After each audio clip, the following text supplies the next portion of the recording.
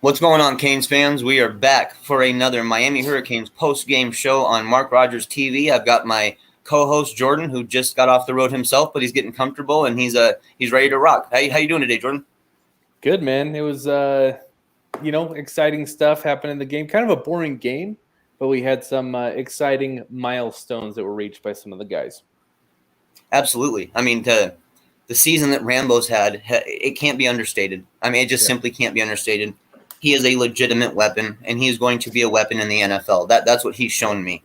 Harley getting the reception record for a season, dude, just shows the how viable he can be in a variety of ways in the pass game. So, dude, I was stoked to see that happen, especially after our season started off kind of slow. Yeah, happy for Mike Harley. I wonder, he did it in 6 years, which I think some people will kind of attach an asterisk to it, but nonetheless, very cool to see our guys like doing stuff. But yeah, Rambo. I mean, I feel like me and you were kind of early on the, hey, everyone peep Charleston Rambo and what he's doing. I feel like we were kind of early on that, kind of could smell that coming. Just an incredible day. I mean, he did it with a game to spare too. Because the bowl game stats count. And so he's broken the single season receptions record and the single season receiving yards record. Just an incredible thing. And for perspective, started the year with an injured QB. De'Aaron King probably rushed back his knee a little bit early, hurt his shoulder. And then Tyler Van Dyke making his first starts. Those first 3 games were a little up and down for TVD. And Rambo still able to get it done with all the turmoil at quarterback. Obviously, the last 6 games probably from TVD have been elite. But man, 1,100 yards, like 576 receptions to after today, something like that. Incredible. What kind of impressed me, I'll tell you what, today was the first half totals that we put up on offense. I believe that we were at 356 total yards of offense by halftime. I mean, with the pass game and the run game wasn't exactly lights out today. It did its job. It served its purpose. But the pass game, dude. I mean, we are now a passing offense. We are the team with a legitimate quarterback with legitimate weapons at wide receiver. We don't need to slow the game down anymore. We don't need to try to just pound between the tackles. We can actually be a little bit finesse now and use our speed. And use our athletes to the best of their abilities. Yeah. I think especially on the offensive side of the ball, the future is very bright. We got Don Chaney coming back, another year of experience for Thad Franklin, and obviously we're all witnessing what Jalen Knighton has been able to do this year. When given a lot of opportunity. So I say that. Piggybacking off of what you said about the pass game, I agree that we're going to be a pass-first offense with Tyler Van Dyke, but I mean, we're also going to have a stable, not just one dangerous back or 2. We're going to have a stable of dangerous running backs to alleviate pressure in the pass game, and then also, do some damage on the ground as well. So yeah, I mean, the future couldn't be brighter. Yeah. Did you have anything else to add to that before we moved on? Just I guess just my sentiment, making sure that fans are aware that how special this has been from my eyes, watching what's taken place on our offense this year, to see how bad it was, and then to see where it's ended up at the end of the year. That's special, and that's all you can ask for when there's a slow start. Continual development, prove it week after week after week, get better and better and better. Absolute props to TVD, straight up. Absolute props to TVD and the wide receiver core that picked up the slack this season. Absolutely. Yeah, for sure. Well, should we, I guess, what should we do now? Should we continue to talk about the game, or should we get into like Rhett Lashley type stuff? What I would say about the game is I still got a couple more points I want to run off there. The defense today, actually. I mean, this was pretty impressive, honestly. 4th down stops, getting stops in traffic. I got to say, I mean, these guys were wrapping up. They were showing their athleticism and showing their strength on the field. It's about time. Duke is weaker, slower, and smaller than we are. So there was no reason why we shouldn't have been able to push this, you know? Yeah. Chugmo Beer, thank you for the $5 donation. It says Miami won 47-10. Please, North and Jordan, tell me when Manny is going to be sent packing. It is after December 1st when his buyout goes down by $2 million. Chug, that is exactly what I believe as well. I believe that we are waiting for the $2 million to drop off on his buyout. And other than that, I still think Manny Diaz is going to be removed. What about you? Yeah. You know, it's unfortunate. Because the end of the season has been interesting. But I think with Rhett Lashley moving on to SMU, just has to be the final nail in the coffin. I mean, you know, Manny Diaz, he would be on the extreme hot seat next year, and it would be, in my opinion, something like very Clay Helton-like short leash, Yeah. you know, where he could be fired after week 3. Like, do you really who are you? So you would have to hire an offensive coordinator and a defensive coordinator. And who's going to come on a 1-year deal? Because anything longer than a 1-year deal for those guys, that's the university just lighting money on fire, because you're just going to have to buy them out. It just doesn't make any sense at this point. And that's unfortunate, you know. I don't know exactly how these negotiations work, but you know, maybe they approach Manny and they're like, hey, if Mario and Lane don't want to come here, we'll keep you for another year, you know. But I mean, I don't know. Do the due diligence, right? Yeah. You know, exercise every option available. Don't leave any stone unturned, you know, whether it's ones that we necessarily don't want to hear about or not, do them anyways. Be thorough. After this last hire we did with Diaz, dude, all I can scream about is due diligence. You know, a $4 million buyout from Temple to buy out their second coach. They wanted Mike Elko. So, I mean, yeah, we need to do better than that. Well, would you even – so say we don't get Lane Kiffin or Mario Cristobal, would you even want Manny at that point? Like would Manny be your third option another year, or are you just done? I'm done. I'm done too. I'm done. Yeah. I hate saying that. I really do, honestly, because we've seen improvement. We've seen things change, but they've changed in areas that are a lot out. They're not really Diaz being hands-on with those changes, and those changes were forced late by certain just by chance. A lot of them, you know. It's tough, man. It's a tough one, dude, because like you mentioned, we saw where this team ended up at. We saw true improvement. Yep. But dude, the little stuff is what bothers me. It's just that little stuff over and over. Why did it take so long for us to do what was right? You know, I agree. When are we going to actually value recruiting? When are we going to actually develop our own players? These are things that I've never seen as a Manny Diaz time as head coach. Dude. Yeah. It's very frustrating to me. Yeah, I'm with you. And, you know, I went back and listened to some of the off-season. I was curious about, as a content creator, right? I was curious about what I was saying before the season. So I went back and listened to some of the Fours Up podcast episodes that I did from the off-season. And one of the quotes from myself was, I was talking about if we ended up 8-4. And I said, you know, if we return 19 starters, you know, we're bringing Rhett Lashley back, all this stuff. If we go 8-4 schedule, I said Manny and Blake James need to be on. You know, like 8-4 is underachieving with our schedule, and we ended up 7-5. So, yeah, and you know, at the time, to be fair, at the time, I didn't think that Michigan State would be as good as they turned out. I think that's an acceptable loss in retrospect. But even still, you know, so handicap that by one game, we're at 7-5 then, you know, and that's what we are. So 7-5, that's just not acceptable. But when you bring 19 starters back, it's just not, especially after 8-3 last year, man. You bring the 19 starters back, and they're not even the ones that help you win games. You know, you have this misconception that, you know, players, just because they have experience means they're going to be good and add value. But we learned that's not true at all. We learned you need to play the right guys at the right time, regardless of their age. It took too long to do that. It really did. It took too long for us to put the right guys in at the right spots and give them the right snaps. But thankfully, this is what I hope it is a blueprint for the next OC to come in. That's what I hope. I hope he sees a blueprint that worked at Miami and he takes it and he advances with it. You know how it is. You can't run the same stuff over and over again, but there's things that we can use from the Lashley offense that can help us going forward even after he's gone. Yeah.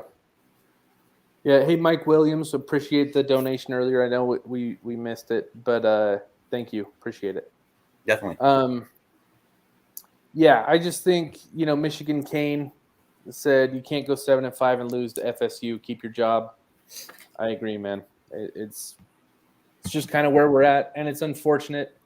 But it's just kind of too little, too late, in my opinion. We shouldn't settle. We shouldn't settle for this at the end of the year stuff. We shouldn't. No. We shouldn't be forced to have to go. Okay, well, they might have got things right here towards. Let's see if they can get it right next year. Because the way Manny Diaz starts is he starts bad usually. That's the way it starts. If we can't get behind anymore, especially early in the season. Yeah, and the recruiting class is horrible right now. We're going to have to rehire an OC. We have to hire a DC. That might not be a big deal. A lot of people thought it would be Bob Shoop, who's already on staff. So that might not be a big deal. But hiring an offensive coordinator is a big deal. Yes. The recruiting class. Honestly, the stars have aligned that it could not be more convenient to get a new coach right now. And then this is crazy to me. And this is why I think we need to act decisively, thorough yet fast, right? Is the top 2 candidates on the market right now that people widely believe are conceivable to move is Mario Cristobal and Lane Kiffin. You could throw in the Lincoln Rileys or something, but I feel like if that happens, it's only LSU, right? I don't really consider him he's not out there, Luke Fickell has made it known that he's not out there, right? And so all that considered, the top 2 candidates on the market right now are Mario and Lane Kiffin. And guess which job they want? They want it over Florida. They want it over LSU. They want it over anything that's open. They want it over USC. So in a vacuum, we're not a better job than Florida, LSU, USC. But for whatever reason, we're hot right now, and it's extremely convenient that we have to hire new coordinators anyways. The recruiting class, it's a down year anyway, so you change coaches and it's really not going to make much of an impact. Yeah. It's not like we're going to lose a top 15 class. No. So it just has to happen, man. It's the stars have aligned perfectly for a coaching change right now. I got to say that, I was pretty much sold early on with the Mario thing that Mario was the right fit. Mario was the guy, he's the Kane and bring him back. But dude, as time's gone on more and more and more, I absolutely love the idea of Lane Kiffin. I just love it, dude. The swag, the chest out, dude, just to me, it just seems like it's fun. It's exciting. And it's something new, something we haven't had at Miami in a long time. I'm not going to lie. Lane has creeped up to 1A on my board. I have him as 1A and 1B. Like you, a few weeks ago, if you would have asked me, Mario would have been 1A. And Lane 1B. It's flipped now. I think that Utah game really it just kind of reminded us about what we already knew about Mario, right? He's a fantastic coach. He's an even better recruiter.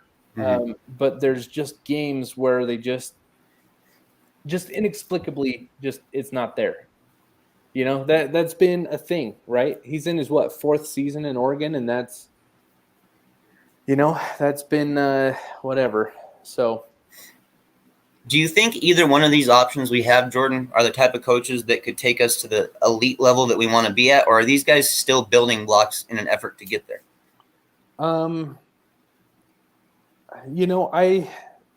So this is just my opinion, right? This is just conjecture. Yeah. I'm not trying to be definitive. My personal view is I view that Mario is the high floor candidate, right? Yeah. I feel like if we get him, we can count on 9 wins a year, winning the ACC Coastal more often than not, and just being there for the championship game. I don't know. Clemson's a great program. Whatever. I'm not saying we'd beat Clemson all the time. But I think we'd be knocking on the door. I think we would firmly establish ourselves. Wholesome, what's up, man? Wholesome in the house. Yes, sir. What's up, big dog? Yep. I think we'd firmly establish ourselves as the premier ACC Coastal program under Mario. High floor, right? I think Lane is the high ceiling. There is no ceiling with Lane Kiffin, in my opinion. I mean, think about this, man. He's younger than Manny Diaz. He's 46 years old. Okay. He's been a head coach, Oakland Raiders, USC Trojans, University of Tennessee. Okay. And then he's been an offensive coordinator under Pete Carroll and Nick Saban. There's probably not a coach in college football with a better resume than Lane Kiffin does, like a more experienced resume. Yeah. And a variety. He could coach for 25 more years, man. Yeah. Like, the talk is how long is he going to be willing to stay at a place like Miami if he does turn it into a powerhouse again? Is he willing to ride it out, or is he just going to use them as a way to get to the next big job? Which is fair. I mean, that if that's his route, that's his route. But that doesn't mean that we should ignore what could happen in the meantime. I don't want it to be something to where it's, oh, well, Lane might not be around long enough. Well, guess what? He still might be the better option. That's the argument we're going through. Well, I don't think that argument, I kind of got into it with a number of fans yesterday, because I think they thought that I was trying to say, not Mario, yes, Lane. But what I was trying to do, it's hard in 140 characters, is dispel that idea, because I don't think that should factor at all, right? Could it be true? Absolutely. But we're using anecdotal, made up evidence, right? Because none of us have had a conversation with Lane Kiffin, right? None of us have had a conversation about Mario. Like, it's implied that it's his dream job. People say that. But, I mean, he left Miami for Alabama earlier in his career. Now, granted, it made sense, okay? Going from Al Golden to Nick Saban for more money and an assistant head coaching tag, I get it, right? But, it's like the posturing, okay? The posturing is like Mario seems a lot more reluctant, and granted, this is anecdotal as well. Essentially, my point is, let's not make a decision off of, presumptions. Yeah. Or assumptions. Be thorough. There was an interview that Lane Kiffin did with Dan Le Batard earlier in the year, where they were comparing Boca Raton, Florida, to Oxford, Mississippi. Lane, even though he's employed in Oxford, was not shy about essentially saying outright that he liked Boca Raton way more. Okay? Kept his house in Florida. He said that he's a big fishing fan. They say, oh, you must be into lake fishing now. And he says, there's a lake. I've never been on it. He says, I don't fish on lakes. Yeah. That's pretty much what he's saying. I like boats. I like to be out on the ocean. I'm not a pontoon guy. I'm not a brown water lake guy, So I don't think there's any reason to just be like, yeah, Lane's only going to be here for 2 years. I mean, if you look at his career, they've been logical moves, okay? Tennessee to USC was even a logical move, okay? Like like at the time, they were probably equivalent jobs. But think about it. Like, he had a track record. He had a history at USC, right? He had coached under Pete Carroll for 6 years. Yeah. And, the Tennessee power structure was putting a lot of pressure on because he was underperforming. Okay. So yeah, he bails to USC. Since then, he jumps from offensive coordinator to head coach of FAU to head coach of Ole Miss. And then if he goes head coach of Miami, to me, that's a logical progression. Yeah. I can't argue with that at all. I mean, I literally can't argue with any of that. Yeah. So I'm not going to definitively say that's not something that we have to worry about, because you're right. I can see where it comes from. I just don't think it should be a factor in the decision making. If it comes out that we're like, hey, you know what? Like, we think Lane Kiffin is a little bit better than Mario, but we think Mario will be here longer, so the choice is Mario. I think you've totally screwed that up. Let's address the comment here that Wholesome left us. And by the way, guys, if you haven't checked out Wholesome's channel, by far one of the best cane breakdown channels there is. I mean, top to bottom, Wholesome does a fantastic job. Yeah. Fantastic. Wholesome. He says, what's up, family? Thank you all for what you do every week. You all know I'm Mario through and through. I get the Lane hype, but let's never forget, building a program is long-term and not a flash in the pan. I can't argue with that. That's fair. Yep. That's fair. Valid. Very valid. And my opinion is that either one gets a hearty fist pump from me, if not jumping out of my chair and, hollering a little bit. So I will be very happy to get either. I got a question for you, and I don't know, have you had a chance to look into it yet? Possible defensive coordinator candidates? So I think that will depend on who we hire. Some people were telling me, well, on Twitter, I saw someone say that, like, if Lane comes, why not just bring his whole staff? Jeff Lebby on offense, who that would be a home run. Yeah. And then DJ Durkin, who I looked into a little bit. That's kind of interesting for me. Like, if you look at his resume, he's certainly a candidate that fits the bill, but like Ole Miss's defense isn't very good this year or last year. It was worse last year. It improved a little bit. So I don't know. What are your thoughts? My thoughts are, I want to go a little bit more of the traditional route when we go into the coordinator stuff this year. I don't necessarily want, now if it's Lane Kiffin and he's calling the offense, great, so be it. But I'm okay with doing the DCOC thing if we need to. I really am, and I'm all about making sure that it's the right hire. I have got 2 guys for defensive coordinator, and I will preach them until a decision is made. But Jimmy Lake from Washington getting fired and Tosh Lupoy are the 2 guys that I would be completely okay with. Yeah. While Lupoy isn't a guy who has a ton of experience, he is an absolute elite recruiter. He is one of the best recruiters I've ever seen in the last 20 years. I'm not joking you. Yeah. Absolutely elite. We need some of that back, bro. We need some of that back. We need to lock down Florida, South Florida especially. Yeah. Jimmy Lake, that one thing about him is already proven, and his forte is kind of the defensive backfield or DBs, safeties, cornerbacks. That's where he strives. That's what we need now to defend the spread off can't talk today. The spread offenses that we're facing. We need an updated secondary. I believe that that's the kind of guy that could do it, dude. Are we gonna be willing to spend that much money on coordinator positions though? That's the question. Well, okay, so I just Googled Tosh Lupoy because I knew the name, but I just wanted to update myself on the resume. That co-defensive coordinator for Alabama, an outside linebackers coach for 2 seasons. Won a national championship. So I guess spent a lot of time under Nick Saban, and then he's been in the NFL since. Cleveland Browns, Atlanta Falcons, Jacksonville Jags this year. Coaching Josh Allen, nonetheless, Jags defensive end, who is a monster, absolute monster. I mean, he single-handedly beat my Bills a few weeks ago. And remember, this is a guy who wasn't a finished product. He was high upside. Lupoy has really turned him into a legitimate rusher. Yeah. So, we talked about Jimmy Lake last week. Certainly down for that. Tosh is very intriguing to me. Dude, if we got Lane Kiffin with if he brought Jeff Lebby over and got Tosh as the defensive coordinator, wow. Yeah. That's making me smile a little bit, man. I'm glad that you got a chance to hear real quick just to look at Tosh, because he's a guy who I brought up a couple times, but I think fans really haven't had a chance to do their homework on him yet.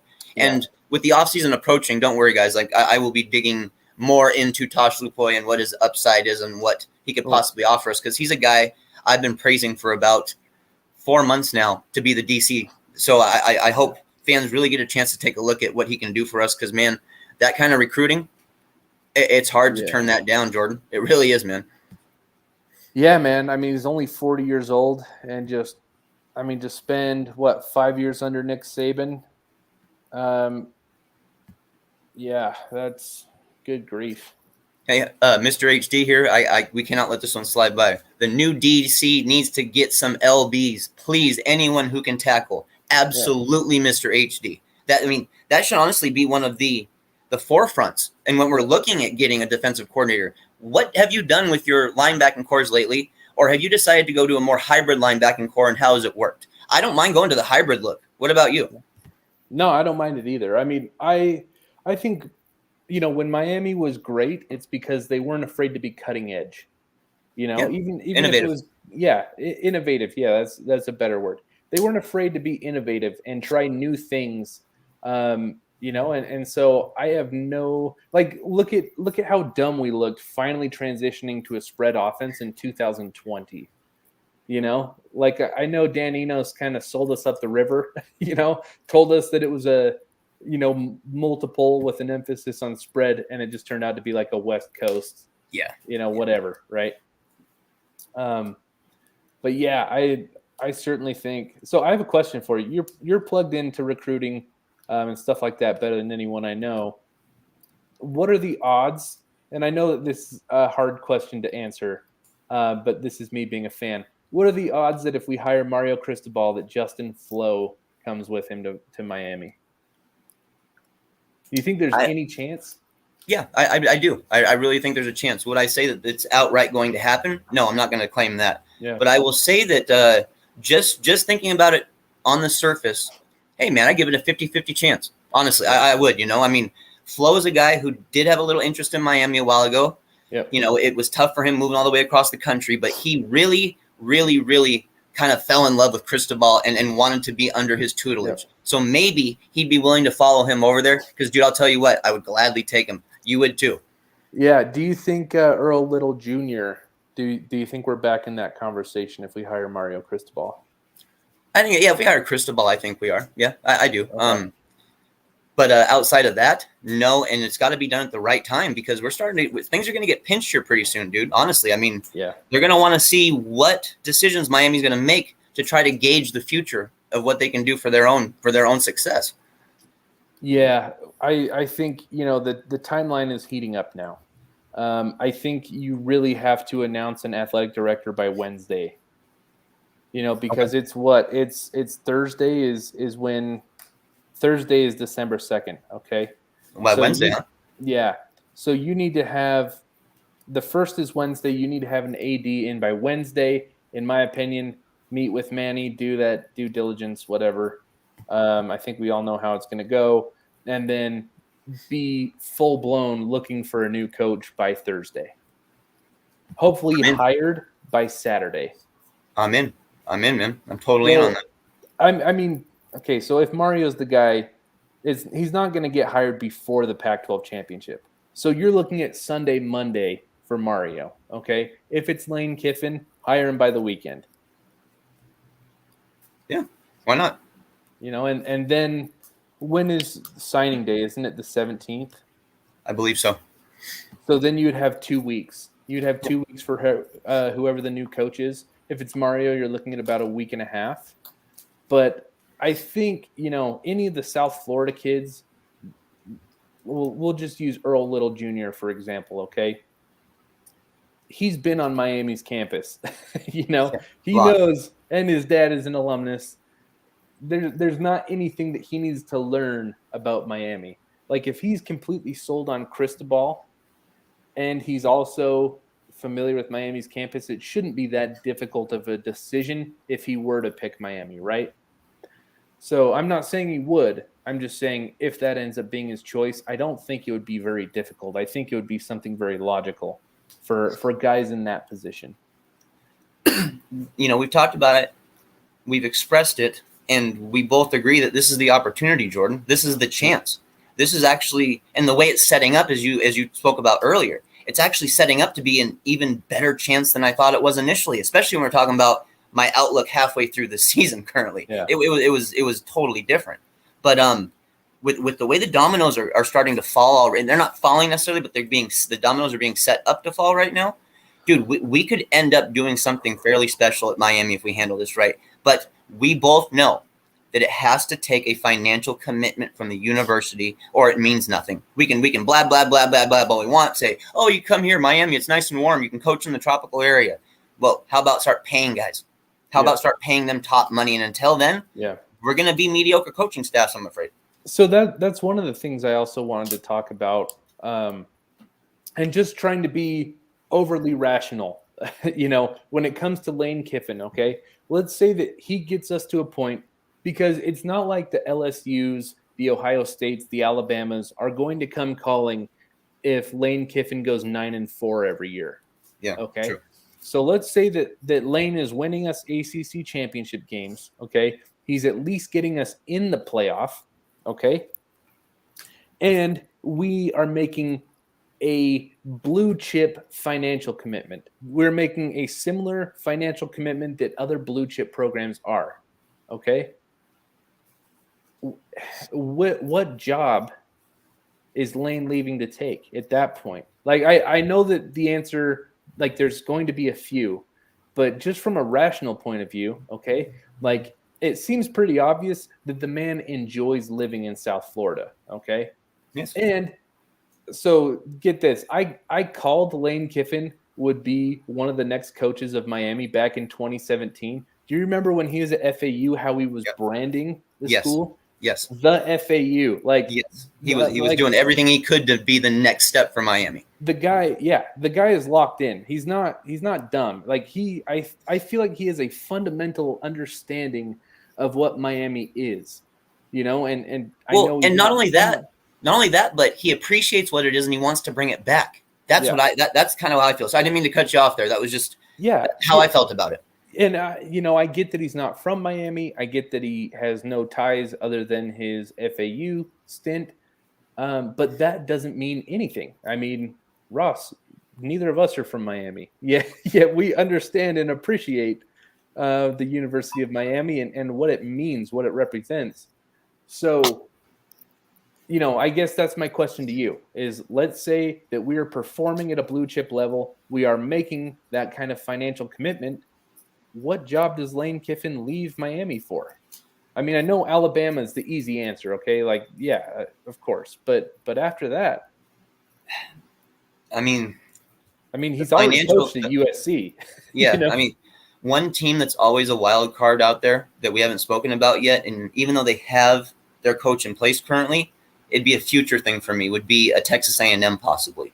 They're the type of school that is willing to spend major money. Texas, major money. USC, major money. We can't get into a bidding war with these colleges. So this is where we got to do this due diligence, but to kind of do it in a hurry. And that's hard to say. It's almost makes it seem pointless to do it. But you can be thorough and do it at a steady pace. We got to do it because if we wait and wait and wait and wait, we'll get in those bidding wars and we could end up with a subpar coach. Yeah, and you know, with Lane, just kind of a final thought there is for sure. I mean, the Texas programs, A&M and Texas and LSU, you know, the big spenders will always be a threat. But I mean, if you've already gotten Miami back to that point where you're getting playoff berths, you're winning ACC championship games, undeniably, it's an easier road. You know, if the money is similar and you want to win, you're going to be like, well, do I want to have to go through the SEC West every year? Or do I want to go through the ACC Coastal? Because either way, a one-loss record is at least a one-loss record is required to get into the playoffs. Okay, so would you rather be playing, you know, North Carolina, NC State, Duke, you know, or would you rather be playing Alabama, Auburn, LSU, you know? So that's kind of the question. So I actually, if you really think about it, our job is pretty tantalizing. If we're paying top dollar, like, what's not to love? The recruiting footprint, you know, if you're getting all the money that you could want, it's an easy road to the playoffs, man. If that's the word though, if, are you getting the money? If you get the money. And I still have yet to see anything concrete that tells me that Miami's going to make that commitment. We've heard, you know, 20, 30 million, but dude, I started to look into it more. I didn't see any legs on that, dude. I just thought more is just a media guy making a stance that he felt would happen and without really any proof behind it. And that's unfortunate because I was really hoping to see that commitment and really hoping to see that commitment from the University of Miami to, you know, we're a private school. We're not going to go public with everything, but to at least publicly display that we're ready for something better. That's important to me. Yeah. No, I get you. I mean, you're right. It's all contingent on that. Yeah, you know, I mean, that's why we've had to hire the Al Goldens, the Manny Diaz's, the Randy Shannons, and Larry Cokers of the world, is because we didn't want to spend. Yeah, So that's it. the change at the University of Miami is 100% contingent on a huge influx of money. Has to be. So, I With mean, I no guess influx of money, there's no change, no real same change. old, same old. It's I looked up the name of the head coach of Temple the other day. I can't remember his name, but that's who it's going to be. Yeah, guys, I need Rod to make Cherry. I got an announcement here I want to make before we move on here. Unfortunately, we've had a young family who are big Canes supporters. Their son has had a very hard time lately. He's had a complete freak accident, ended up in the hospital, has had to have multiple procedures. He's starting to do a little better, but I've been trying to help the family kind of get a little more attention pushed towards it. And what's going on right now, guys, is it's the father. I'll give you his Twitter handle. It's Bang Bang Canes is the father, and Taj is his son. TAJJ. And what they're doing is they're using a hashtag right now, Taj Strong. So hashtag TAJJSTRONG. Any of you guys that could post that up there, the family would truly appreciate just getting the word out there and knowing that people care. And if any of you guys want to do donate to their GoFundMe, hit me up on Twitter. I'll get you the link. I'm at North Fresh Cane. Don't hesitate. I'll get it right to you. I'm going to tweet that right now. We're praying for you guys. We're praying for this family, and there's absolutely no doubt about it. And Taj is one tough kid. He is a fighter. So I can't wait to see him back up on his feet just kicking ass. Yep. Well, thank you, man. I appreciate you bringing that to all of our attention. I just tweeted it myself. So, yeah, if you guys could hop on Twitter and do that hashtag Taj Strong. Hey, Chug Mo Beer, thank you again, man. We appreciate the donations. That's really kind of you. I'm tired of the excuse, no Lane, because he will leave in 3 years. I'll take that if we are rolling and winning the ACC championship and fighting in the playoffs. Then all top coaches will line up. I agree, man. I mean, that's mainly the point. That's mainly the point that I'm trying to make is like, do not make this hire off of that, because my question to anyone that wants to factor that strongly into the hire is, hypothetically, we hire Mario, okay?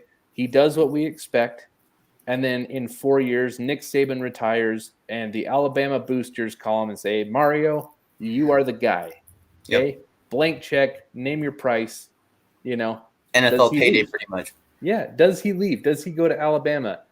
I think if you twist everyone's arm, I think it's like, well, I mean, probably. Yeah, why not though? It's the logical move. Regardless if we're doing good or not, history tells us still that Alabama is the more consistent winner. Can that change? Yes, but it's tough. And that's kind of the point that I'm making, though, is like, it's not like Mario is signing a death contract with us. Like there are possibilities. There are like anything could happen. So if you're making your hire on what's going to happen 6 years from now, I think you're making a mistake. Okay. I think we should make the hire. What is the best thing for tomorrow? What is the best thing for next year? And then you sign them to a 5-year contract, right? You want to do a 5-year deal? Yeah, I would. 5-year deals scare me with certain guys, but as long as the guy's proven enough, I'm comfortable with it. If it's Lane or Mario, yeah. I mean, if you're moving on to your next guys like Tom Herman, then make it a 3-year deal. That's the way I sit with it. Yeah, this 5-year deal we gave Manny Diaz was just an absolute travesty, and it's why we've had to sit here and wonder if he might actually get an extra year of coaching after having a mediocre season, because that 5 years might have bought him that time. But here's the question right here for us, man. Yeah. Is Manny Diaz gone? Yes or no? What do you got, dude? I mean, I just don't see a way that he can survive. I just feel like the tide is turning too much. It has turned too much. Did you see 5 Reasons Sports Network? They tweeted yesterday that now, granted, I can't vouch for their news, right? I can just take them at their word. They said that Miami boosters had been pushing extremely hard again for Mario Cristobal yesterday, as recent as yesterday. I don't think you're doing that if there's any possibility that Manny comes back. Yeah. I think that's fair. Fair.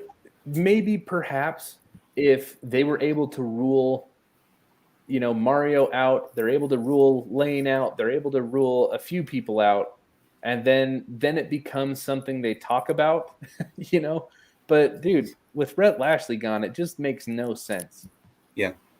I'm on a curious thing here. This is for the chat room here, guys. We're talking about two coaches pretty much, as our 1A, 1B coaches, Mario Cristobal and Lane Kiffin. I want to hear from you guys. Who do you want the head coach to be at Miami after we make this move? I truly believe we will be getting rid of Diaz, and that's why I'm asking this question.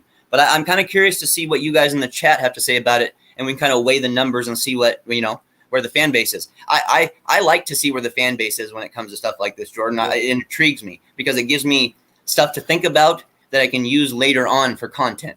Yep. The first two, one's Cristobal, one's Lane. So we're starting off great. I have a feeling more people want Mario, and that's fine. Like I said, I will be very excited if we get Mario.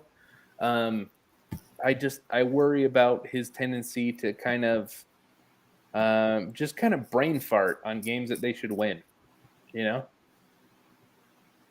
So, I mean, Ole Miss lost 2 games this year, and it was a ranked Auburn and a ranked Alabama. I mean, Alabama, right? Yeah. And then a ranked Auburn team who was pretty good. So, what do you want to see for the bowl game, Jordan? I'm most interested to see what our offensive staff looks like for the bowl game. Are we going to have Manny Diaz out there calling plays on offense and defense? Do you think that's an opportunity for a guy like Likens to maybe impress his next employer? I think I would bet that Likens already has a next employer. I think he's going to SMU. That's okay. I got you. That's kind of what word on the street is that Garen Justice and Rob Likens will be going. I can't confirm that. I'm not an insider. I'm not telling you guys that Rob Likens did not text me and tell me, hey, I'm going to SMU. I'm just passing along what I've seen. Okay. So we'll see. A lot of times though, the assistants will come over after the bowl game, right? Yeah. So it's plausible that Likens and Justice stick around for one more game. For the bowl game, and they kind of run our offensive staff. So, yeah, I think it's, likely that it's probably Likens. If not, who knows? I mean, Coach Field maybe? Eric Hickson? So going from that question to this next question I want to ask you about the bowl, who do you want to play in the bowl game? Who is the ideal matchup for you? No matter Florida, period? I want to play Florida, man. Okay. I want the chat to chime in on that too. I want to see just kind of how far we're riding with Florida because I'm the same. I want to play Florida. Dude, timing is perfect. They're a complete mess. Yes. Any of their talent. So think about it. Our talent is all young guys. Nobody's going to opt out. Okay. Florida is going to have guys opting out. The time is now. Play the Gators and just show all of the recruits, hey, not even Florida's SEC can help them right now. They're a lame duck.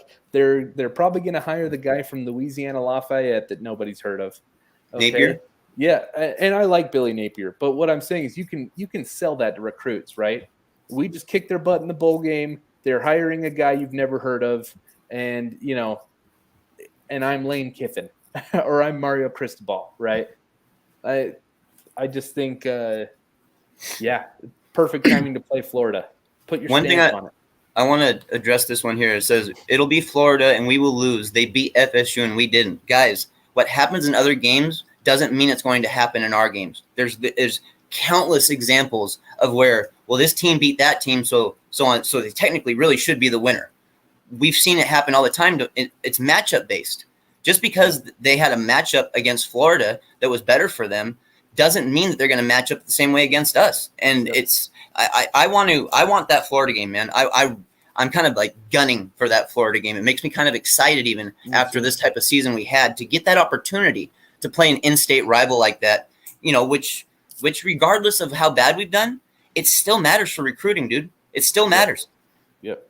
Hey, so Brian A. asked, what other candidates excite you if not Cristobal or Kiffin? So let's each give our top guy. I know who yours is, but let's reiterate it for everyone.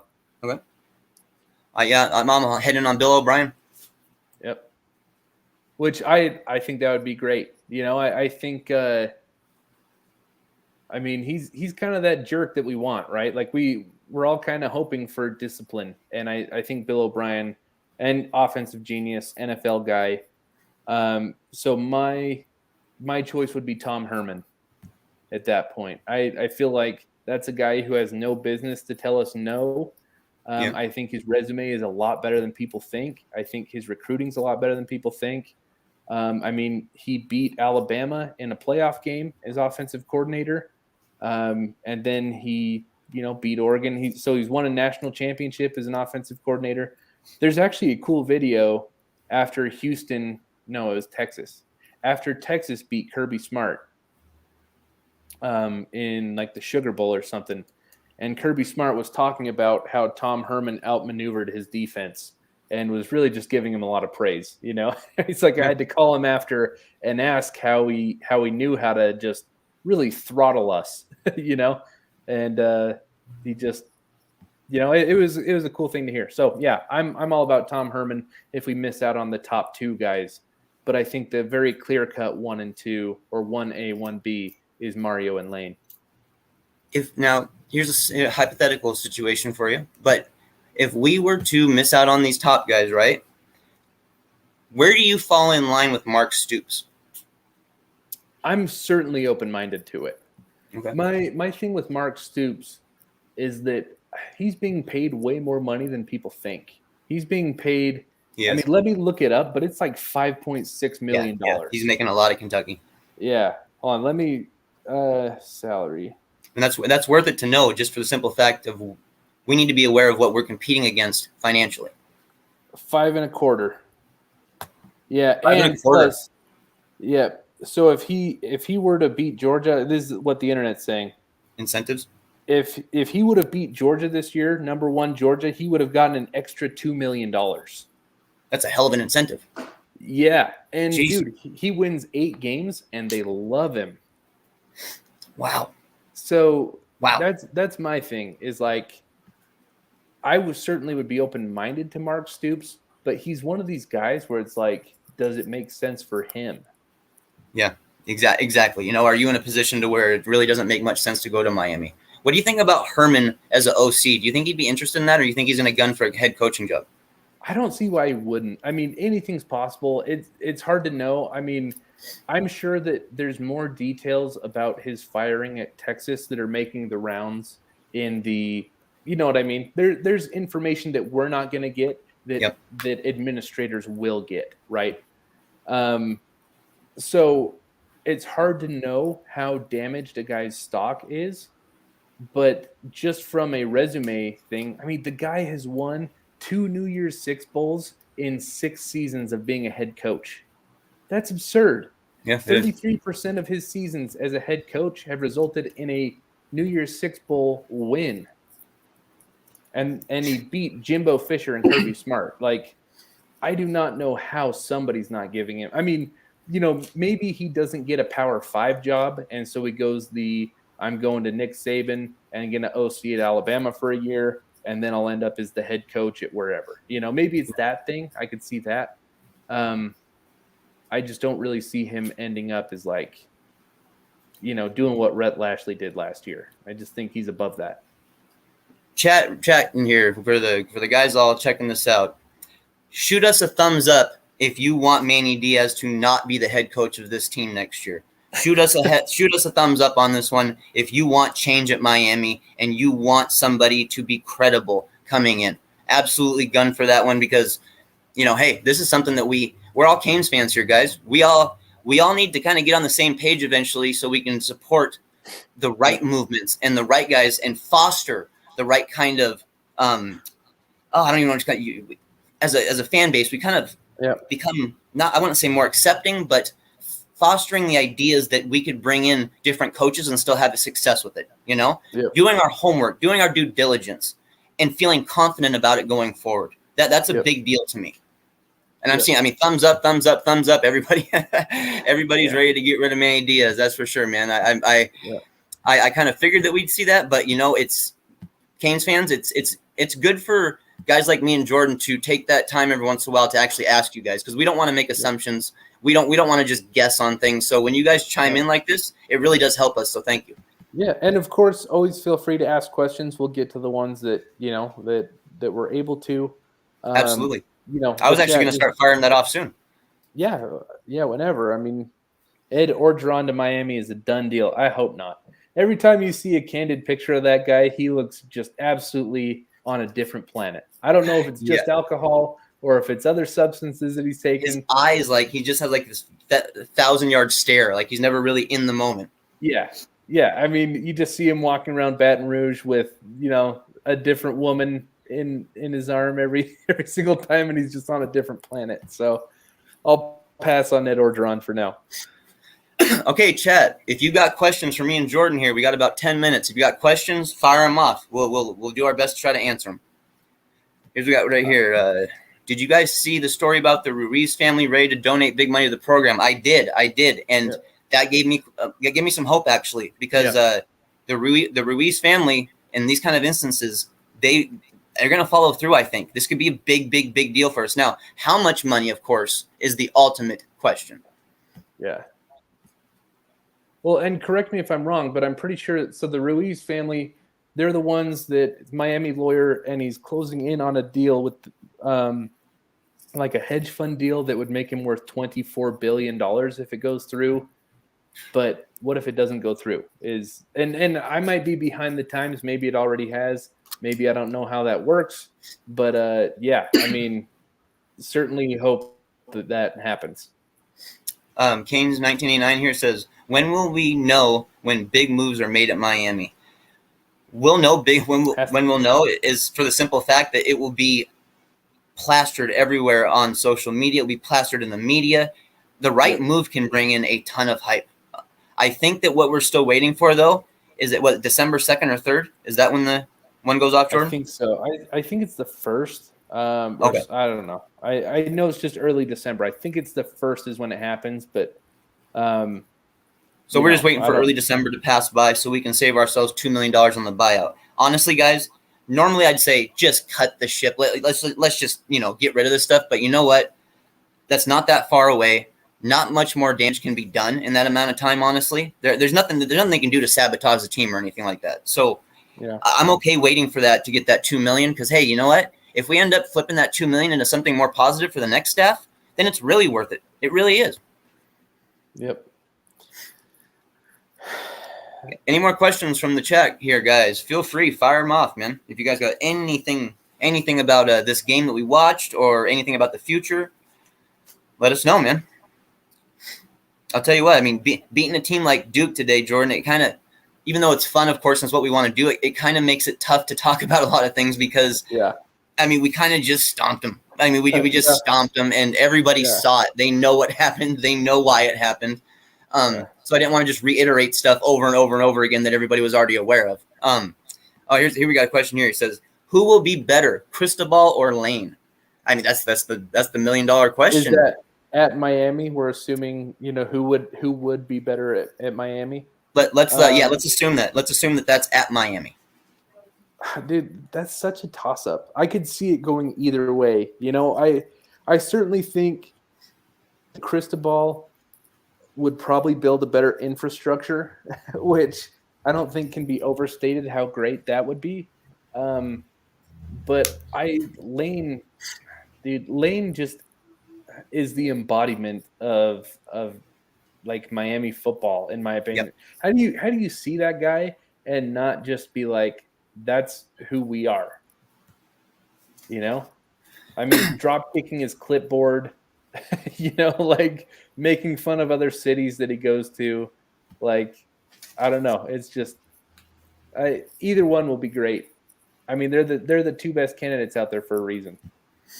So what are we thinking now for Wesley at linebacker, the main target for us in the 2022 class? Personally, I think that we missed out on that one, guys. I know he's been around Miami a lot, but unless we do something right away to make a coaching change that would really catch his attention or really excite him, I'm worried that he unfortunately won't end up at the U. We desperately need him, though. God, we desperately need him. Another question here. He says, question, can we do this in time to fix the current recruiting class? Mr. K, we can do it to a degree. We cannot outright fix it, but we can do it to a degree. and that'll show us right away possibly how special the coaches are that we hired, because hype means a lot. And if coaches can get hype and then carry through with the hype, it can change things really fast for a school like Miami. We see at Miami, hype comes quick and hype dies down quick. That's what we see at Miami. So hopefully we got a guy who's going to come in and maintain that level. Yeah. Let's see. What do you think about hiring Deion Sanders? Definitely could recruit heavy for Florida and rebuild an FCS. So I know Deion pops because of who he is, but what other coach would you guys like? What other FCS coach would be intriguing to people is my question. I think with this hire, we have to take a guy who's proven it in Power 5. Yeah, that's the way I feel. Yeah. Yeah. So, I mean, the only exception in my book is Luke Fickell, who, is going to be the only coach to ever make the playoff with a group of 5 team. I feel like that's different. That's different. That's not Al Golden going 9-3 at Temple.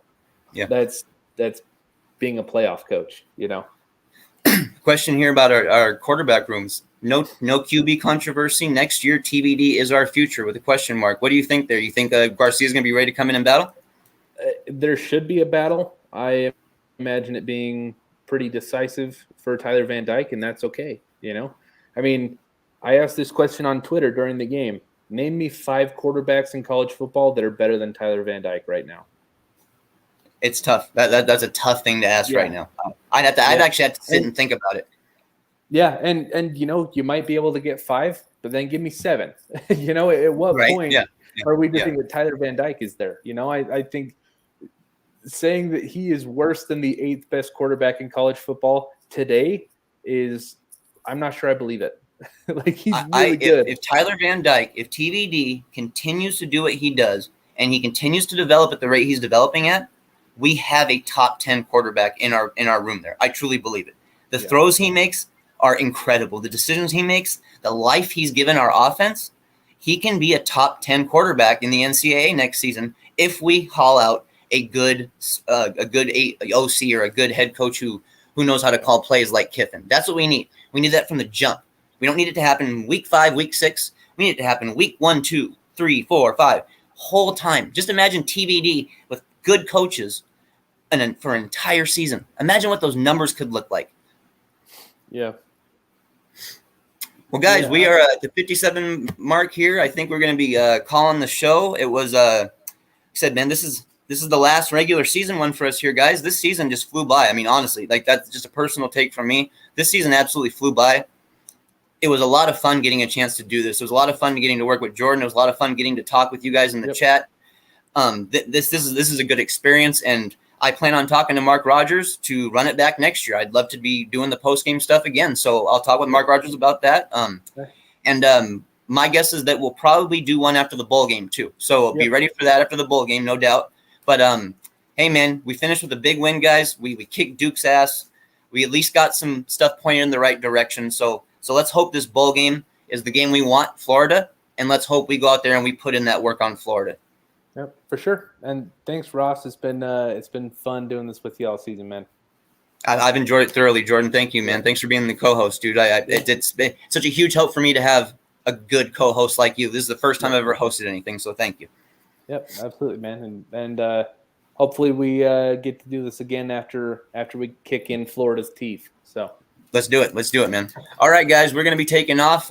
Once again, the Canes pull out a big win against Duke. Well, not a big win, but we win big against Duke to close out our regular season. And we look forward to finding out who our bowl game's going to be. And let's just hope it's the Gators, because I'm ready to cook a Gator. I'll tell you what, I'm ready. All right, guys, we are out, and have a great rest of your day.